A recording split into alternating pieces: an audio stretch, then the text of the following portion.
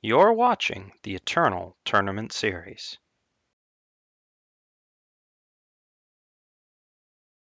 To round 3 of the Eternal Tournament Series. I am Truedawn, joined as always by my wonderful co-host LocoPojo.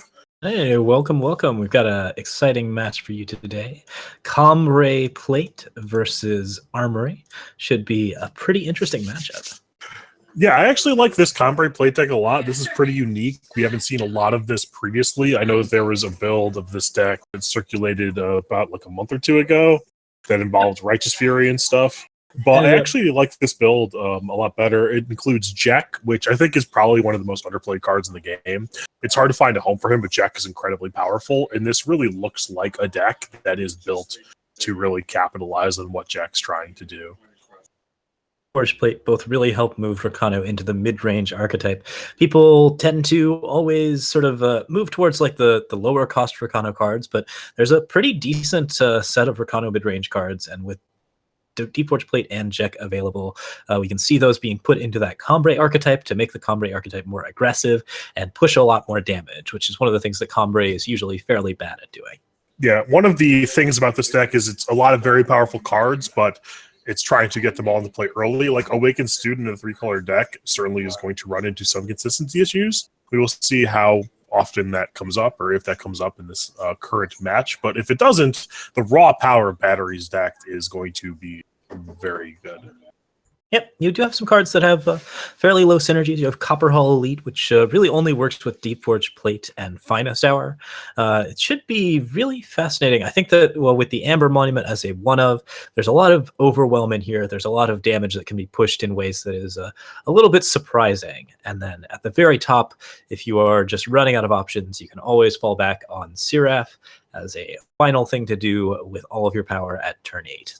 Yeah, I like that the deck is aggressively slanted, but things like Seraph and Great Parliament are reasonable cards to play on 3 and 4, but also insulate you from flooding. So just very good deck building. I'm interested to see this deck play out. On the other side, we have Bradykin on a fairly traditional build of Armory. A lot of the stuff you'd expect to see here: Quarry, Recano Artisan, Maul, Daisho. I'm happy to see the 2 Charchain Flails and 3 Throne Wardens, yes indeed, as well as 2 Starsteel Daishos, which is a little bit high usually, and should be pretty solid for certain types of matchups. Against this particular deck, the Starsteel Daisho pretty much needs Warcries to do well, because you do have to deal with those Great Parliaments, those Copper Hull Elites, and of course Jack himself, all of which tend to be at 4 damage, so a little hard to get that value out of Daisho. Yeah, for anyone who's watched my stream, you know what my opinion on Daisho. I think it's like a good card, but in most cases worse than Stonescar Maul. For a lot of the reasons you said, unless you Warcry, it's not going to be big enough to really trade with the kind of stuff you're likely to see on turn 6. So we will see if that comes up in this game. I was playing around the other day where I had a 10-10 unit, and someone played an 11-11 Daisho. Well, that works. That was just good enough. So we have the opening game. We have Bradykin's perspective on this. It looks like he's throwing back a hand with a torch in it because it doesn't have a lot of other stuff to be playing. And Inspire is the saving grace of this hand. Yep, it'll fix everything. That's the what do you always think? We have an Inspire or Quarry, it's like, yep, hand's perfect. Fix everything. Yeah, it's basically a random extra card in your hand, but it does mean that that card will be a little bit buffed. Just generally increases the overall strength of your hand when you're sort of dirtling around looking for a particular card to make things work. Although Bradykin is now under a bunch of pressure, we have probably one of the best 2 drops in the game, Awakened Student, threatening to start doing some work. That Inspire didn't turn into a Sword of Icaria? Shock. So we have the Throne Warden at 5 will slow things down quite a bit. So but it's true that Awakened Student down that early along with Seraph is going to be a lot of pressure early. Yeah, Bradykin's just fixing to get run over here. He does have draws like Harsh Rule that can stabilize if this is all the pressure that Batteriez can muster. We do see Batteriez not hit a power drop and just pass the turn.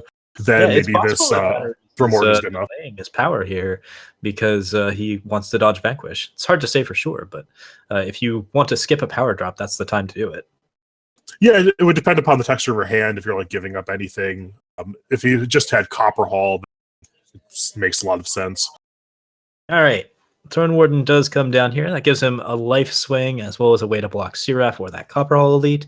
He's got a second Throne Warden in the mix, and he also has Starsteel Daisho. But if this Awakened student gets any bigger, that's a problem.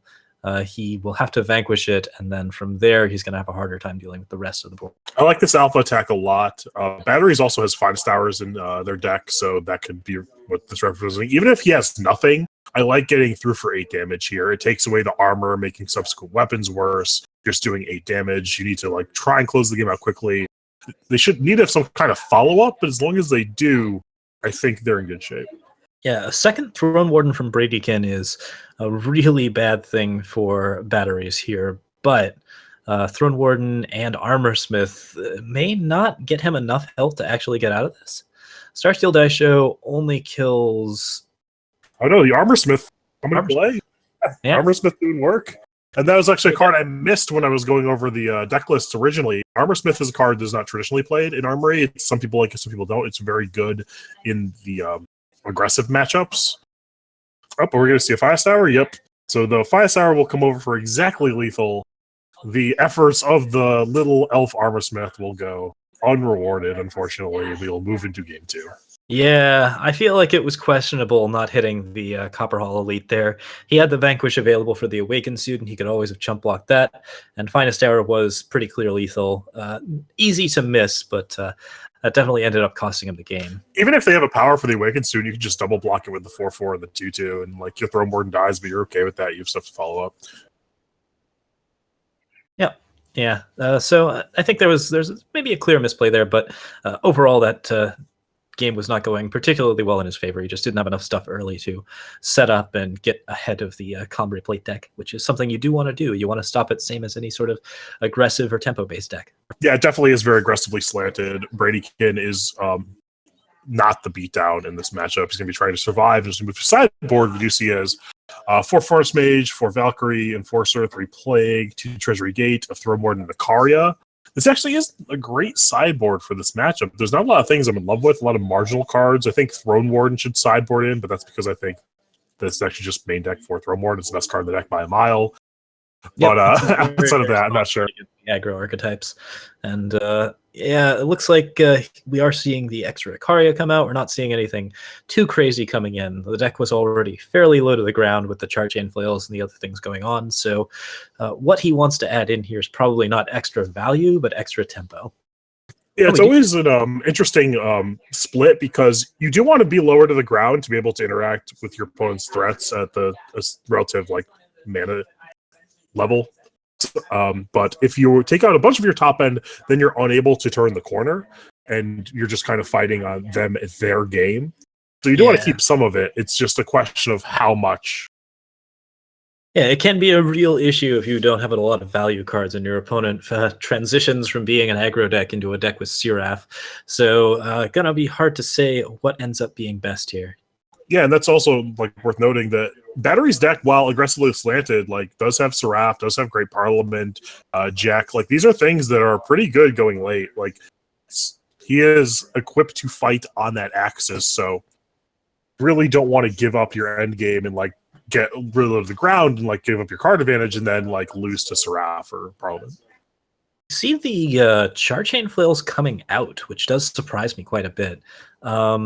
I saw there's an extra sort of Ikaria coming in, just some minor changes being made here and there, but I think overall the deck has ended up a little bit more in the mid-range, which is probably where Batteriez wants it. We take a moment to also go over Battery sideboards. So we can't see it on screen, but Batteriez does have access to a Vanquish, 4 Combray Healer, 3 Stand Together, a Righteous Fury, 2 Parliament, and 4 Mystic Ascendant.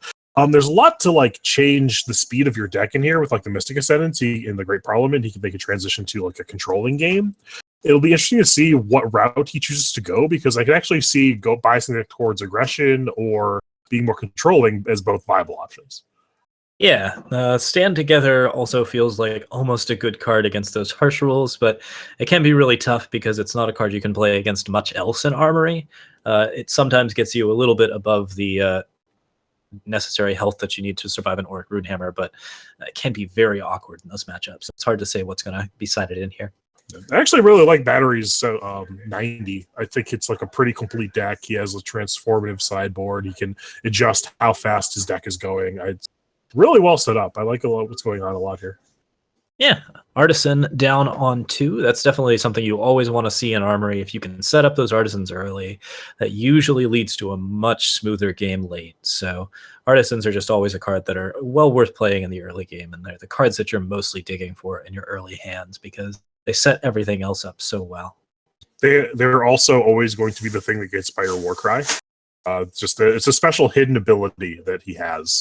The Warcry will always go to the highest Recano artist in your deck. Yeah. It's like just always seems to be the case. So we have a second artisan here for cheap as one of Bradykin's options, or he could pick the power. The power is not a bad idea, but double artisan does give him so much extra value over the course of this game, and that value translates into health for Armory decks. I think that was like a really aggressive to take the artisan. You have like a 5-drop. You have 2 5-drops in your hand, actually. Like you need to get to these things. Most of the good weapons cost 4 or more. So I think giving up the power is pretty loose, but we will see if that comes back to bite Bradykin. He's currently got a slight board advantage. He had the torch in hand. He's definitely going to have to worry about some mid-range threats soon if he doesn't pick up the remaining power that he needs. But he's banking pretty hard on getting that power. Yeah, it's such a big thing to give up. I know Artisan is like one of the better cards in your deck, especially when you're playing it early, but it's only good if you can cast the weapons that you draw from it, and currently they can only really cast Sword of Ikari. Sword of Ikari, yeah. Yep, Sword of Ikari is not a bad card in this matchup, but it's hard to say if he's going to pick it up. However, he does pick up a Justice Sigil. He can now play Armorsmith just cold if he feels like it. I feel like either of his options do not look particularly appealing here. You might just want to stay your hand and wait. Yeah, it's like firing off the Valkyrie Enforcer for essentially no value isn't great. You kind of have to assess whether or not you're the beatdown here, and even though you're ahead with these 2-1s, you're probably still not, and in which case, I think you just hang back. Yeah, thinking about it, I might actually just cold cast the Armorsmith. It does allow you to protect your weapons a little better, but having the extra tempo is kind of nice. The Valkyrie Enforcer is such a powerful effect, it's really hard to say that you want to play it cold. The torch will take care of the Valkyrie Enforcer. I don't hate that. There's not a huge amount of things you want to silence. I guess it does remove Aegis from Copper Hall Elite and also Silence to Wrath and Awakened Student. That stuff does matter. Yep. We have Throne Warden here will set up Armorsmith, which is always a nice side bonus of Throne Warden. There's actually a lot of armor gain cards in Bradykin's deck. You don't usually see both Throne Warden and Armorsmith as available options, but that Auric Runehammer combined with an Armorsmith. This Runehammer might go the distance. There's an Armorsmith and a Throne Warden. Like, this is going to get a bunch of armor. It's already at 5. This could kill, like, 4 things. Yeah, I panicked for just a moment there because he attacked before playing the Armorsmith, but really the only card that would actually make a difference there is Ruin, because Auric Runehammer does not take damage, so he can't get torched in the face. And in which case, you actually wouldn't want to play the Armorsmith because you want to save the armor for a later weapon. So, actually, good sequencing by Bradykin.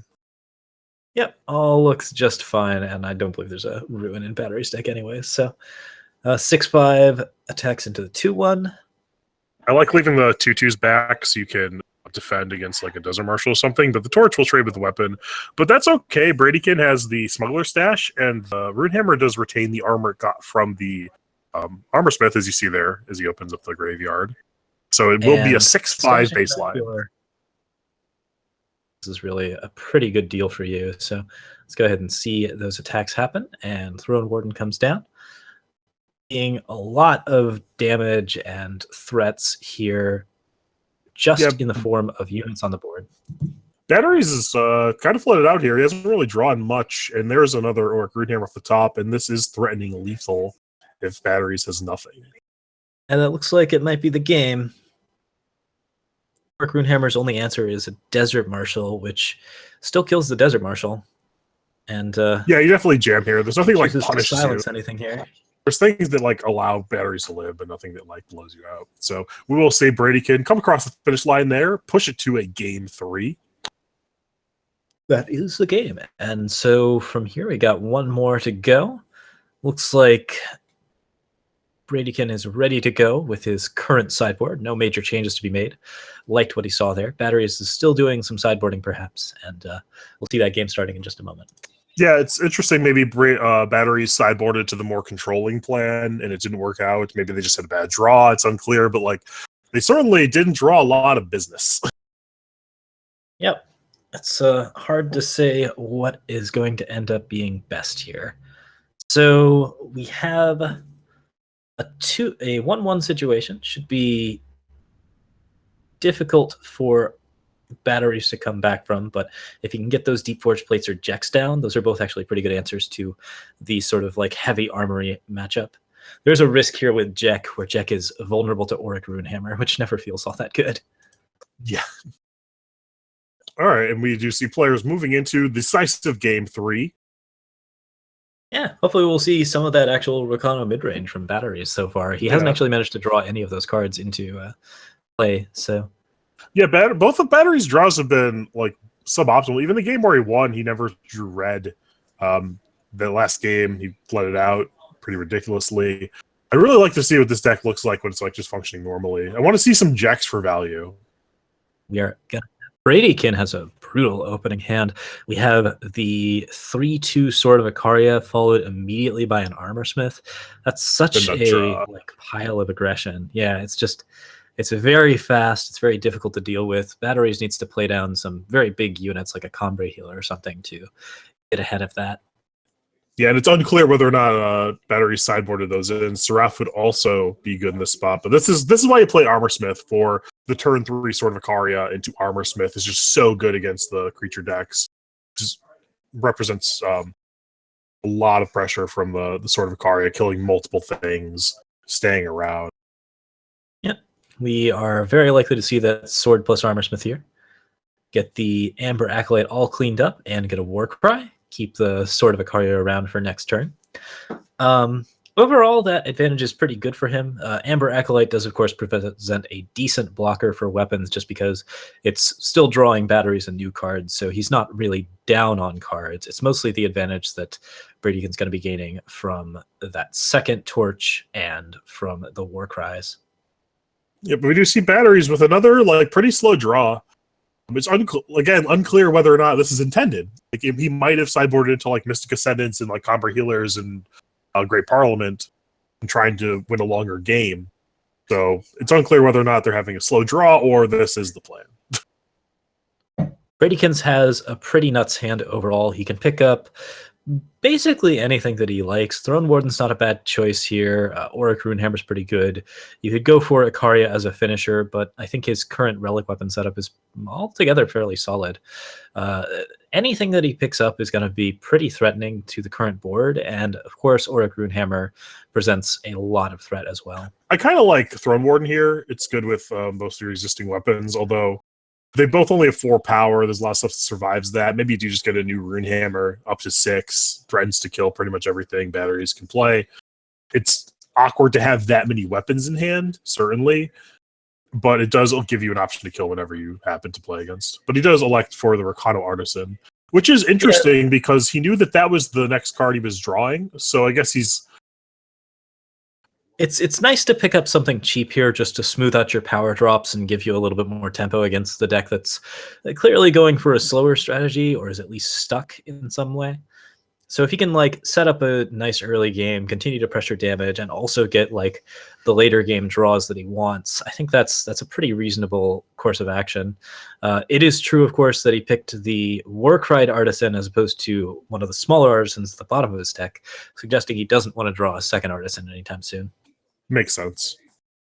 It's an interesting determination. It could increase his chance of drawing a power for Starsteel Daisho. Yeah, an empty board Daisho is still good. I mean, we do see Great Parliament. So Auric Runehammer will be good against this. Yep. Yeah, unfortunately, Batteriez has a lot of units that only have 4 health, so they're just big enough to be really crushed by those Auric Runehammer plays. And at this point. We'll see the Desert Marshal go under the bus to protect this 4/4 flyer, silence the Armorsmith for value. That will matter later with the Smuggler's Stash. So yep. As soon as you play that out, it does interrupt the killer attack. That's not the case for when you are blocking like a unit. If you Desert Marshal with a unit and choose to silence something, you can actually kill the Desert Marshal before it can declare blockers. But here, because there's only one attack, it definitely just automatically declares the Desert Marshal as the blocker, and that does make the Auric Runehammer a lot less appealing. Yeah. And Throne Warden's really good, although it's a little bit awkward here because he can't play the Throne Warden and then retain the armor for the Daisho to kill multiple things. So he's likely just going to 1-for-1 with Daisho this turn, which is not great, but you have the stash. 1-for-1 with Daisho is not terrible. Playing the Throne Warden down is also not terrible. I think either option is pretty reasonable. Like, there doesn't seem to be a particularly... One of them gets a 4-4 off the board, and one of them puts a 4-4 on the board. So it depends on whether or not Bradykin wants to be proactive or reactive. I think Throne Warden is the proactive play. Either way, he doesn't get to like save the Daisho because the armor is going to get removed here from the flyer. Yep. But I do think having the 4-4 in play is reasonable. He's actually winning the race, is Bradykin. So getting some stuff on board doesn't matter. And we do see the combo healers, so yeah, it does look like Batteriez has sideboarded into a bit of a slower deck. This play does end up suiting him really well. He can actually now use the Daisho to get by attacking into the Combray healer and then using the Daisho to pick up both of those units. Yeah, I like attacking with both here, seeing what they do. But they block with Combray healer. The main risk there, of course, is getting torched to the face. You really have to watch that. Oh, deciding to quarry has to choose between a Rakano Artisan or a Valkyrie Enforcer. This does delay him the Starsteel Daisho. He's going to wait to play that for a turn. Instead, choose to pick something else up. Valkyrie Enforcer is certainly the more immediately powerful. Rakano Artisan makes his top decks even better. He does like to go for the more generally powerful card. And it looks like Bradykin's going to try to sit back on defense, not try and push his board advantage, which I think I would not have done, but he certainly has a smuggler stash. He has the tools to go late as well. A reasonable line of play. Yeah, it's a little frightening because Deep Force Plate is definitely still in Batteriez' deck. You also have Jack. There's a lot of ways that Batteriez can really promote a much more aggressive line of play. Unfortunately, it doesn't appear he has any of those cards in his deck. Yeah, we just see the Desert Marshal come into play is to bring this flyer down to the ground. And we'll likely just get eaten by the 4-4, and then we'll see if Bradykin is content to trade the torch for the 4-4 as well. Yep, we no longer have flyers on the board for Batteriez, which means that Karya the Liberator is looking like a very strong play for Bradykin. As far as Batteriez' plays go, he's really looking for those Deep Forge plates. He's really looking for those Jacks. Anything that pushes his late game a little bit better. Yeah, we'll likely see some more Rakano Artisans. I'm pretty sure the Rakano Artisan is better than the 2-mana 3/3. Yeah, that seems pretty reasonable. And he also picks up Sword and Auric Runehammer, both of which are pretty cheap and effective spells to be playing at this point. It's the 4 War Cries on top of his weapons that are really going to push damage, though. This is just this is a lot. Yeah, all of his top deck weapons are incredibly powerful. At least they will be once he plays these 2 Artisans out.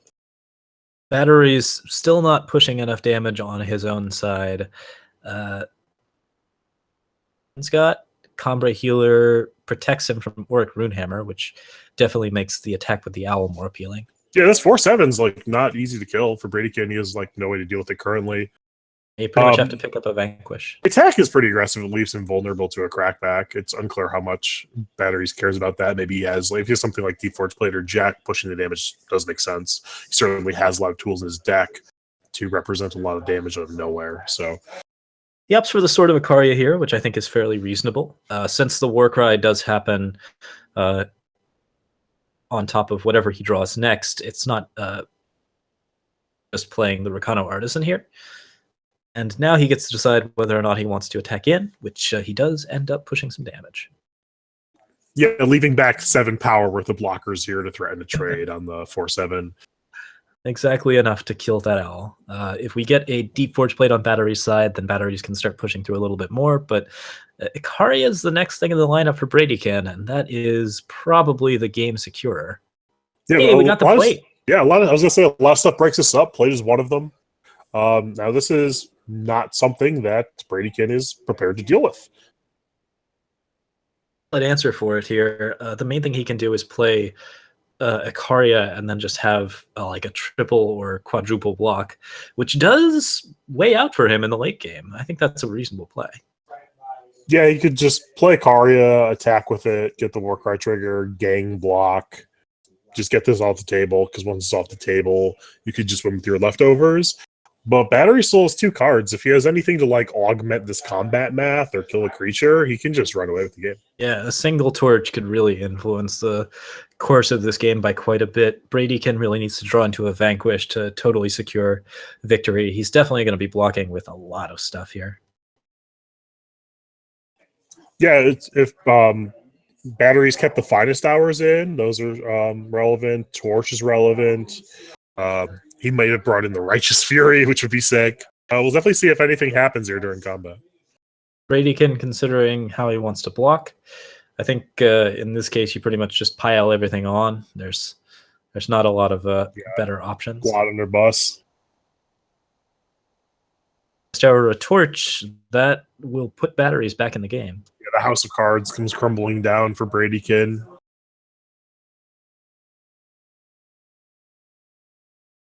Although combat will happen, he will kill the 2 biggest creatures. The 5/2 and the 2/2 will remain in play. That's still 7 damage on the board, plus 4 in hand, plus whatever the artisans get.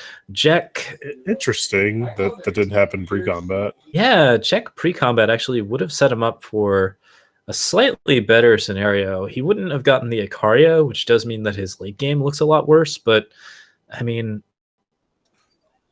Bradykin right now. I mean, Bradykin wouldn't have proper blocks. Like, you stun the 5/2, and then he only has 9-11 points of power, and you have 12 toughness. Huh. And he had the Finest Hour. He had the Finest Hour. Yeah, okay. So Batteries had a way through that board that would have allowed him to... I think he actually just had lethal. Between he cast both, right? He cast the Jack on the Finest Hour, he had 7 mana last turn. Yeah, he seemed to have enough. All right, so we attack for 6 there, and then Hammer still. Second Jack is going to lock down the board a little bit better. And unfortunately, the Hammer is still a problem. It will kill one of the Jacks, but he takes 6 for his trouble, and the other Jack's still in play. Like, he can kill the other Jack too if he equips the Deep Forge Plate. That second attack does apply, even if you attack with the... That's a lot of damage to be taking. Yeah, I mean, he's not dead, and it deals with the board. It's like probably his best line. Like, what's he gonna do? Just chump block this Jack forever? I think that you do this. Yeah, it seems right. Cards to top deck that will help him out. He's now vulnerable to a Torch, but Batteries has already played 2 combat tricks, so it's pretty unlikely that he's going to have 1 in his hand. Chancellor Seraph getting ready to get moving. Valkyrie Enforcer is timely. Valkyrie Enforcer. Yeah, it's not the greatest thing to get the Warcries on as sort of Icaria, but it definitely helps. You really want to hit the relic weapons with Icaria if you can, but here it looks like he's pushing 5. He's got Valkyrie Enforcer for Seraph. And that's enough to probably push Batteries out of this game. Yeah, I feel like Batteries had a lot of tools to make the combat favorable for him there. Didn't go the way you think it would, but the learning process is fine. Yeah, it didn't quite end up pushing through enough. Batteries basically just needs to draw a Torch here to win, and unless there's some serious BM going on, it doesn't look like he has it. So, Ricano Banner, and that'll be the game. Just to see that final attack through, make sure that there's no torches hiding in that last card, and yep. That locks it up for Bradykins. Yep, Bradykin will move on to 3-0. Batteries will fall down. I still like Batteries deck. Batteries had a really cool deck here. Utilize the power of Jack. We saw Jack's potential to be incredibly good there in that certain spot. So I think that there's a future for archetypes like this. There's certainly more to flesh out, more to develop, more to iterate on. But I do think this is a good starting point for stuff we are likely to see moving forward in the Eternal Tournament series. Yeah, it looks like the deck might just need a little bit more in the early game to stabilize and set up against the Armory decks, or it might need a few decays in the sideboard. Hard to say exactly what would have helped there, but some better answers to Armory probably would have been nice, and I think that it's possible that Batteriez did have a play that let him out of that last game. We couldn't see his hand, so we couldn't be 100% certain, but it looked like there may have been better plays that would have helped him. Yeah, I think the Jack would have been pretty backbreaking, but it's so we have a lot of players here still learning. People who are just diving into the tournament scene, showing up with their creative brew, learning the game. It's a process they're going to go through. Sometimes do stuff like this. It's totally okay. It was a lovely game. I'm glad we saw it. Definitely. Yeah. And I don't think we have a backup match. It doesn't appear so. So I think that we will be taking a break. And we will see you all shortly for round 4. So don't go anywhere. We will be back soon. See you guys then.